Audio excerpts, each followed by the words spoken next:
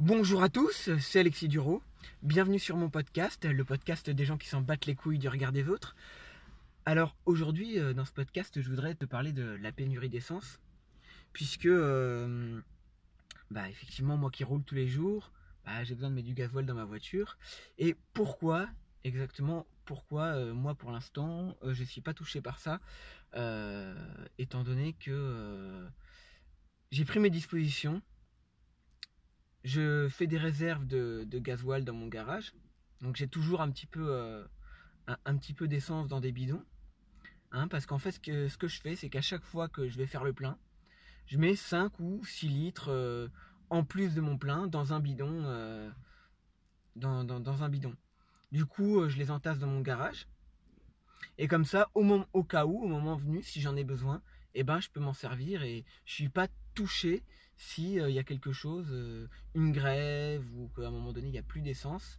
Voilà, donc je stocke du gasoil dans mon garage, tout simplement.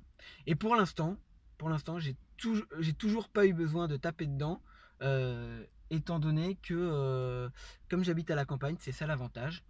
L'avantage d'habiter à la campagne, c'est qu'en fait, toutes les pompes à essence ne sont pas forcément prises d'assaut tout de suite.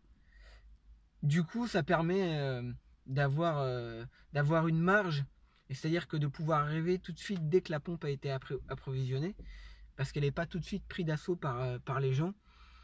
Et même si je travaille sur Paris, du coup, je peux tout de suite, je vais faire mon plein à la campagne. Déjà, l'essence est moins chère, donc ça, c'est déjà un des avantages. Mais en plus, je peux faire le plein très facilement.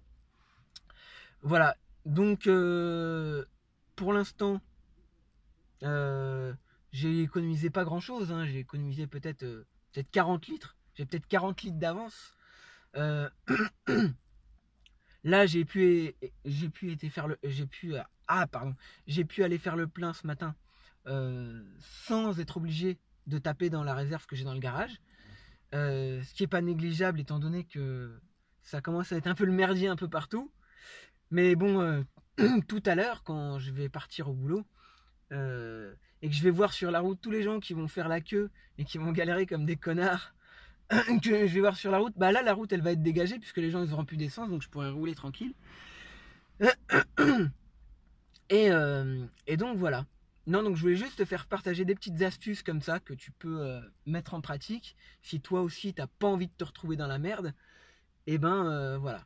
Même si bon, d'un côté moi je comprends à un moment donné le mouvement des gens qui finissent par péter un câble.